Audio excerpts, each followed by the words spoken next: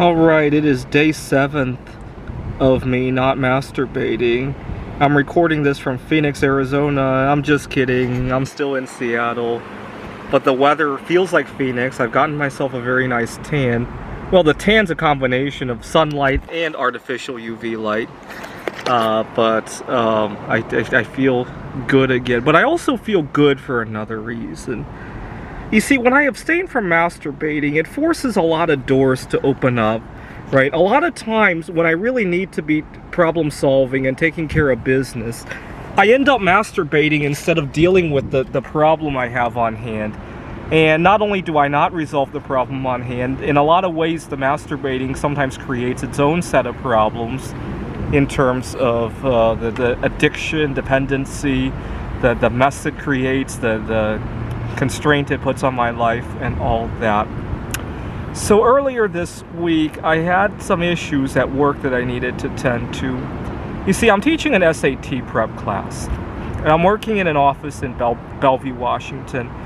And I think it goes without saying that real estate is at a premium in Bellevue, Washington. So our office spaces are very small. We have a lot of students. We have 8 students in one classroom, 9 in the other. And the room is just very packed. I have very little space to maneuver around the board. You know, the first row of students, I got literally like 2 feet of corridor space to walk across the board, and then I can't block the board while I'm writing if I'm explaining something. And then oftentimes I'm holding the textbook, which is about that big, right? I want to say at least 500 pages. And a heavy book that I'm holding for 2 hours, standing, writing on the board, making sure I don't block the board, and it is killing me. I mean, my first week after I finished the week at the job, I'm thinking to myself, God, is this a tutoring gig or is this construction work? That's what I literally asked myself after that first week. You know, maybe I should go to Idaho and look for a silver mining job there. That might break my back a little bit slower than the teaching job here. That's what I thought to myself. Now, the second week of the class, I ran into a very upsetting situation. I had a couple students who were just sleeping in the classroom. I mean, at first, I thought they might have been under-challenged or something. I looked at how they were doing, because every Friday they take a mock exam, SAT exam, and I'm like, they're kind of in the high averages, and I'm thinking what to do. But I'm very upset, because I'm breaking my back over the classroom being as stuffed as it is. And then 2 of my students out of 8 or 9 are half asleep. And so one day I lose it. I tell the 2 students, why don't you stay here? I want to show you something. I waited for the other students to leave. And then I very directly said to them, I introduced myself. I introduced a little bit about my background. And I told them that, you know, my back is breaking because there's so little space, but you know, I love all of you guys.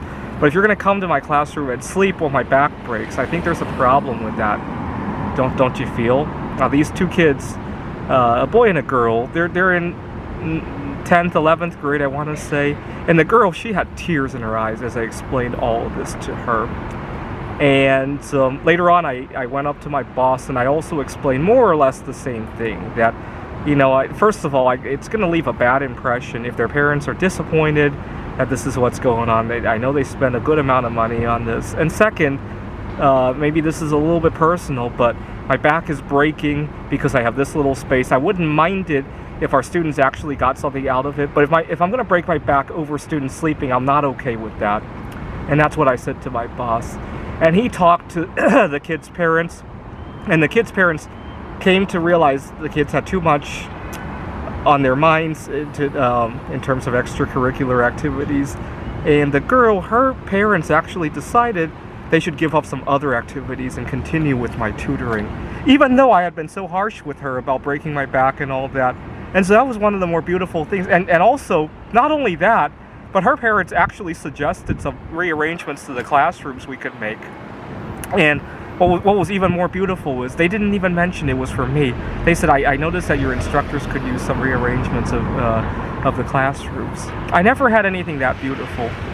Now, contrast this with a couple months ago when I was still masturbating.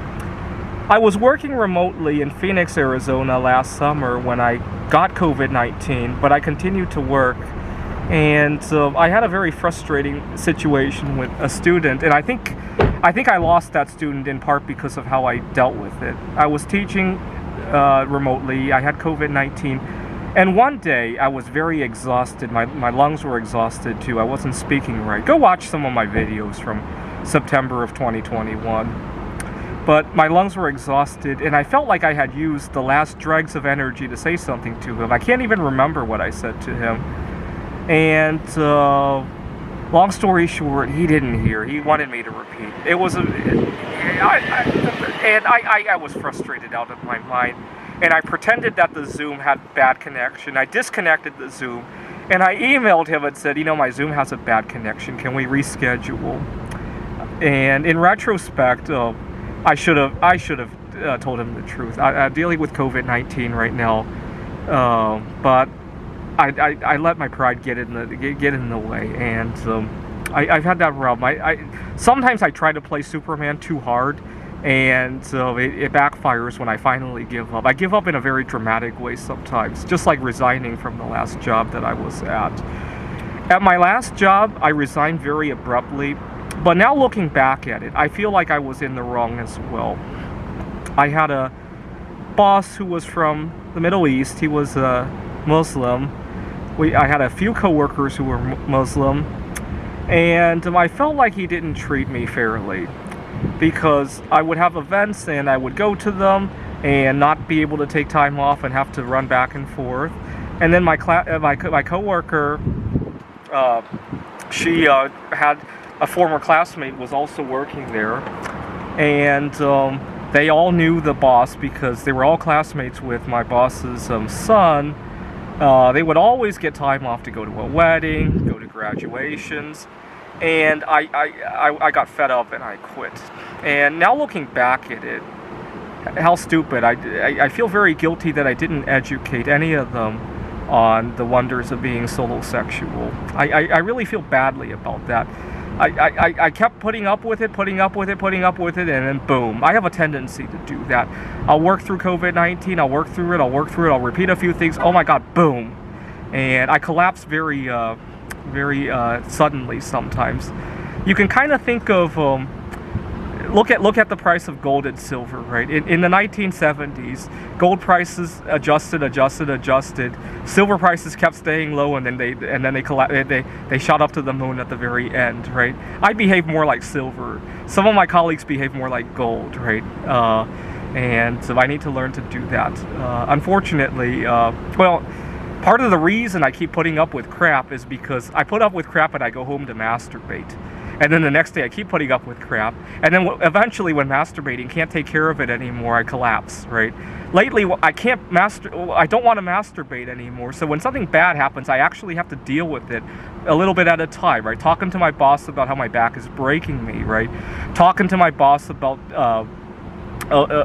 personal needs that I need, right? Talking to my boss about how I feel maybe something could be a little bit more fair, I could be treated a little bit more fair, right? Talking to my clients, I don't think it's a good idea for me to work remotely during COVID-19, right? And let the air out a little bit at a time, right? And I find I'm not collapsing at the very end, right? So earlier today, here in Phoenix, it's blisteringly hot. I noticed that a bottle of I live out of my car, so I hate little damages like this. I had a bottle of hand sanitizer in one of the compartments in my car. It blew up because of how hot it is, and it kind of damaged the plastic. And that's one of those things that used to bother me a lot. But earlier today, I'm not masturbating. My creativity is really opened up. I'm like, hey, I can decorate that area of my car. Right? Maybe make some covering or decoration. Maybe put a decorating sticker over it. Right? Put a pride flag over it or something like that. Right? And it didn't bother me at all. Right? I had some issues with my car burning oil, and I needed to fix it. It doesn't bother me at all. I need to read more about it, and that's good. Right?